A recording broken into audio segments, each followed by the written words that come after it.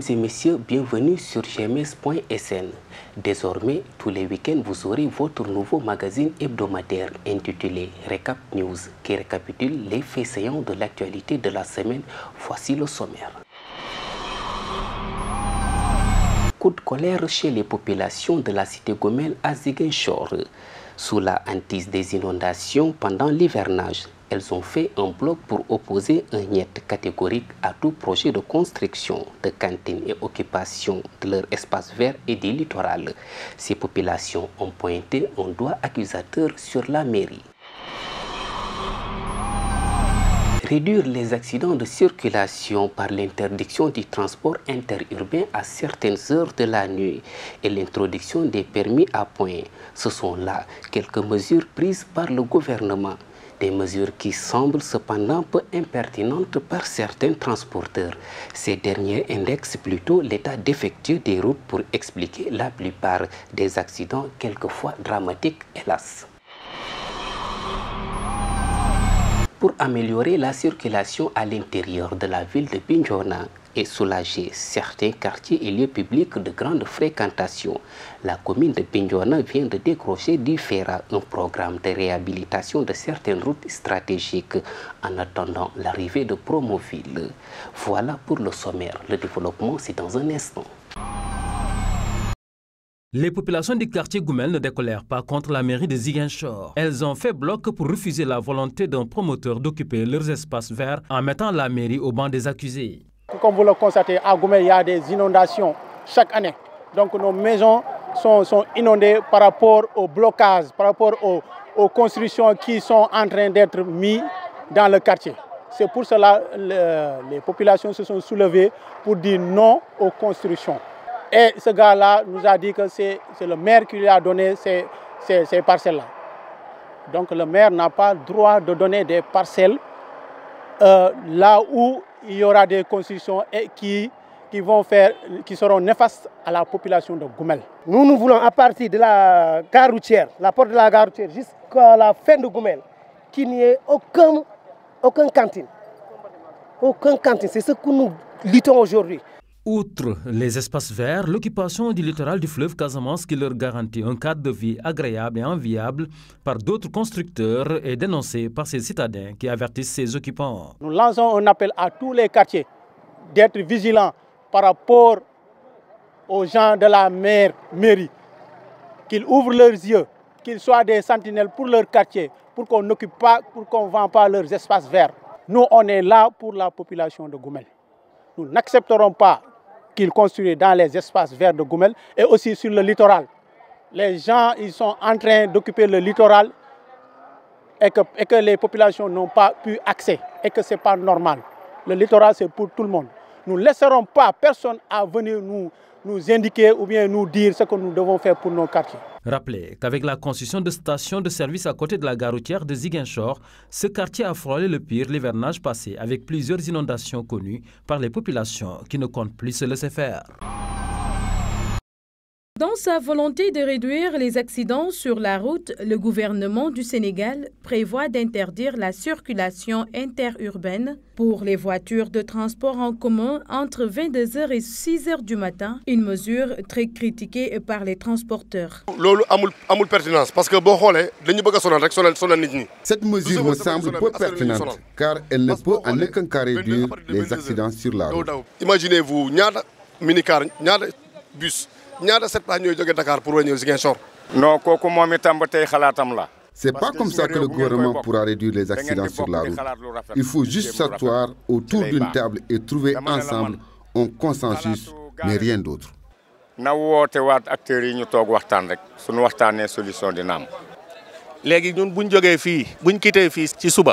Si nous quittons à 6h du matin à Ziguinchor pour Dakar, à quelle heure allons-nous arriver? Il faut élargir les routes. À défaut, les accidents ne vont jamais se réduire. Outre que le transport en commun, l'État prévoit également d'introduire les permis à points, une goutte qui vient faire déborder le vase. Les permis à points peuvent nous porter préjudice. Si l'État met en application cette mesure, nous serons les grands perdants. Nous serons les plus grands perdants. Il faut aussi offrir des séances de formation aux chauffeurs. Cela peut également réduire les accidents. À partir de 22h, à Ziguinchor, les nombreux accidents seraient liés à l'état des routes selon les chauffeurs. Reste maintenant à savoir si ces mesures dissuasives réussiront à diminuer les accidents parfois macabres sur les routes sénégalaises.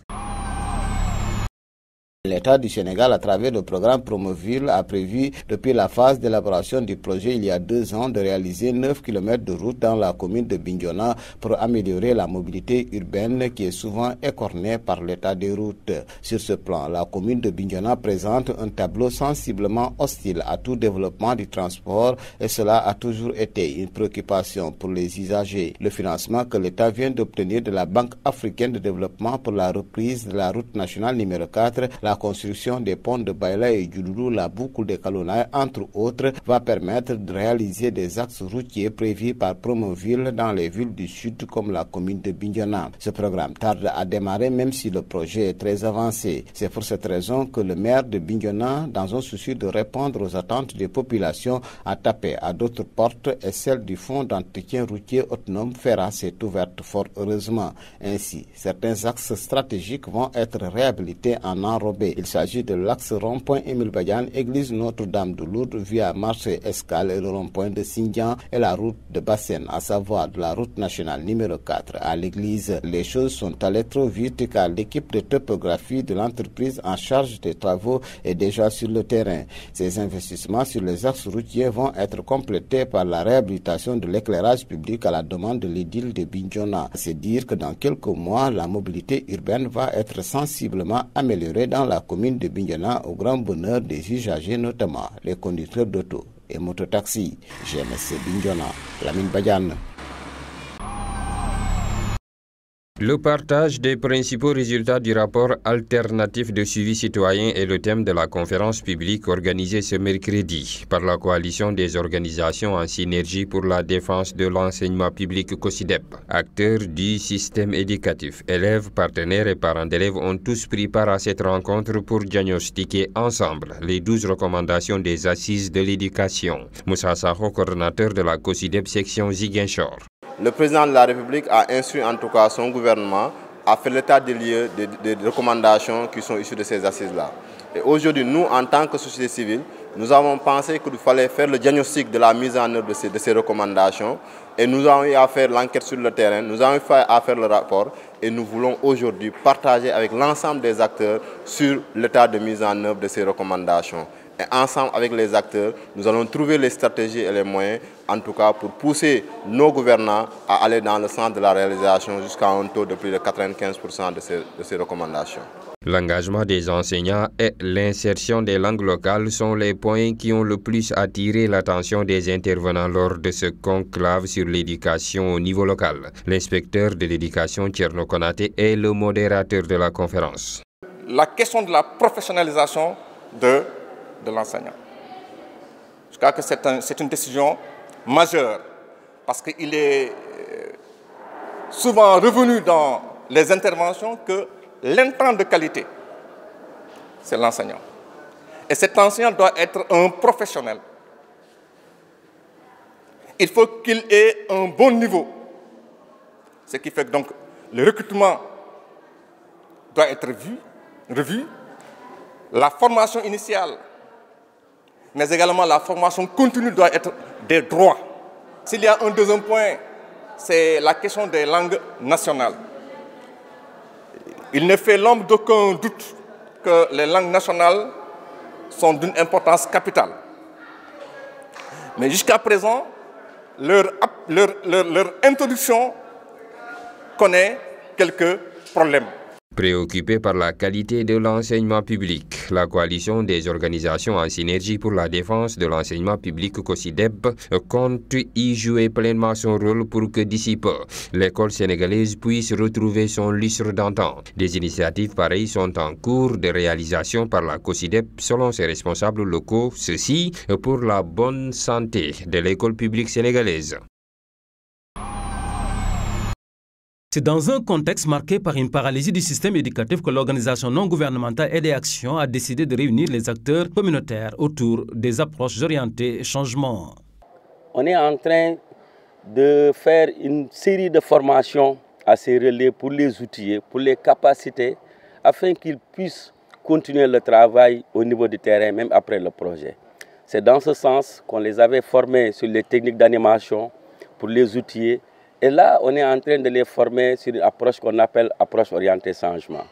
Cette approche permet de travailler sur les acteurs. Parce que c'est bien de réaliser des activités. C'est bon de former, c'est bon de mettre en place des structures.